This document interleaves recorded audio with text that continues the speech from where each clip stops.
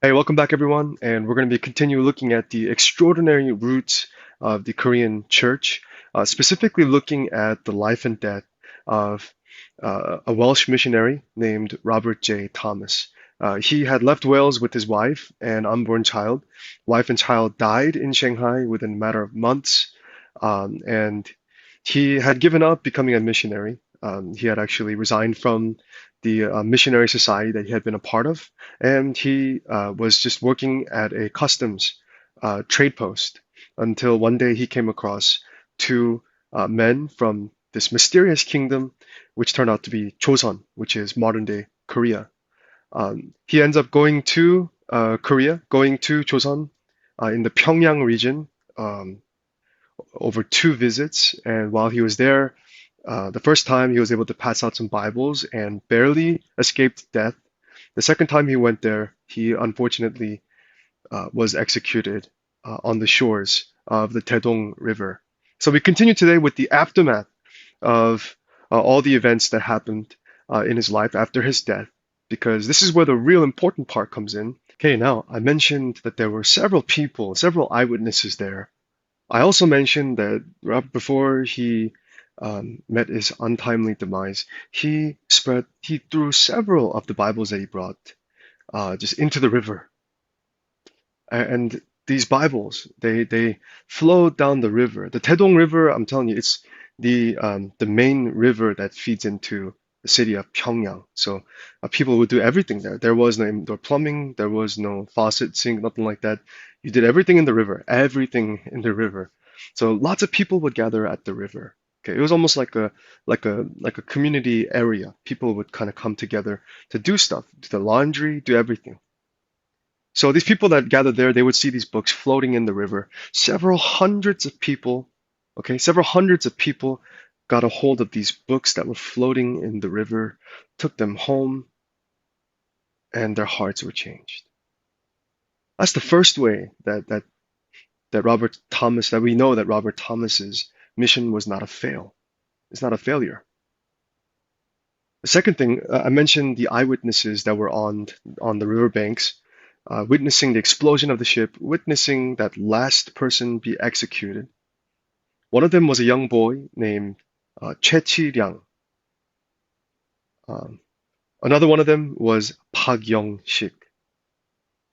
So we're going to talk about Park Young-sik first. Park Young-sik was a government official. Um, he took some of these Bibles home because they were, there was paper. For all he cared, it was just paper. He didn't care to really read the literature. No one else was allowed to have it, but he's a government official. Okay, so he wouldn't be executed for it. He took it home. It was good paper. So what he did was he used it as his wallpaper. Literally took ripped pages out of the Bible, pasted it on his roof. Okay, I mean his ceiling and on the walls. Okay, so imagine that.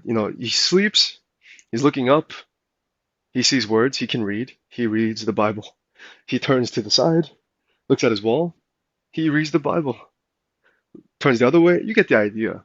Okay, basically everywhere he surrounded himself with pages from the Bible. It drove him crazy. Drove him crazy. Eventually, he sold the house to a man. Actually, the boy that I mentioned, Choi became a man. Of course, that was stupid. Choi eventually bought the house, that Bible house. He turned it into a motel, an inn.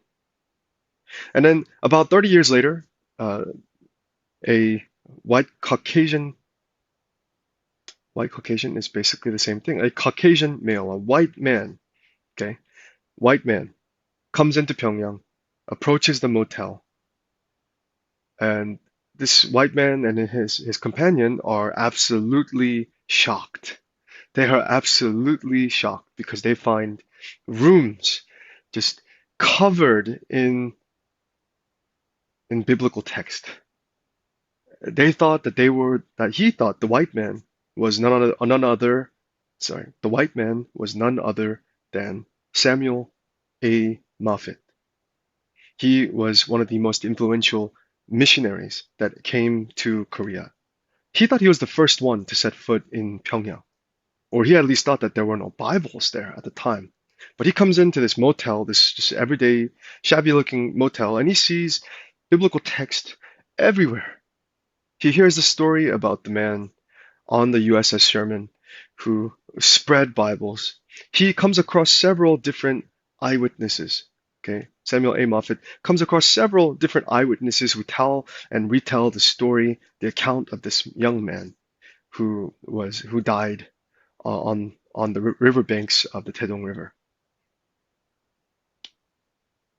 The story doesn't end there. That motel, okay, that inn basically becomes a church. It's transformed into a church. It's called 널다리골 Church. 널다리골 is like a village. Okay, it's like the name of the village. So I'm from Atlanta, as you can see, ATL.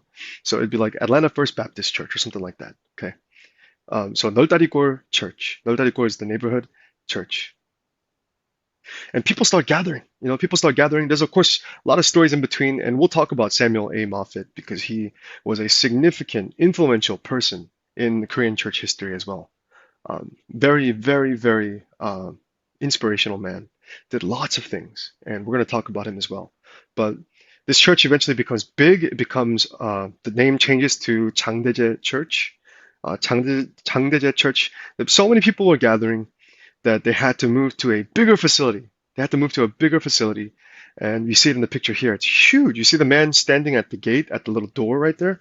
That's a huge church. It could fit like 1,200 people. Very big for a building at the time, especially for a church at the time, in a land that was still pretty hostile to Christianity and to anything Western.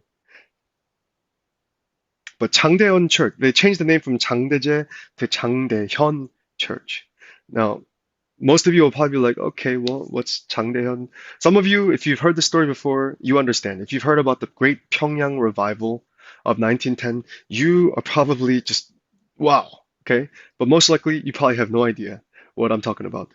장대현 Church becomes the site of one of the most greatest, I don't know if catastrophic is a bad word. It's one of the greatest, just humongous, just outbreaks of religious revival. It's called the Great Pyongyang Revival of 1910. We're going to talk about this as well. But this was many people today, many Korean Christian scholars would, and just, Christian scholars all around the world would call this event, this Great Pyongyang Revival of 1910. They would call this the moment that the Korean church was born. This was like the growth spurt for the Korean church. And we're going to talk more about this. It was a tremendously impactful event in just even world Christian history. It all started from this man. Okay, his executioner also came to become an elder in the church. Park Young-sik also, that government official that originally had the house, tore the pages from the Bible and spread it all around the walls. Yeah, he eventually came to Christ as well. He eventually became a Christian as well. So this is a tremendous story about a man who faced so many different trials, faced so many different tragedies in his life. Although he was a man full of promise and just had a future ahead of him, he gave his life. And his life, okay, his death became the seed that sprouted into the tremendous big tree that we know as the Korean church. The Korean church is not a tree. I was using a metaphor. I'm sure you know that. But thank you for tuning in. If you found this entertaining or if you found this very informational or inspirational, please do leave a like.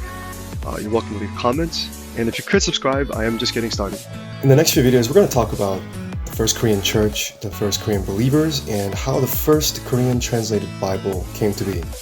So please stay tuned next week for the next episode. Thank you.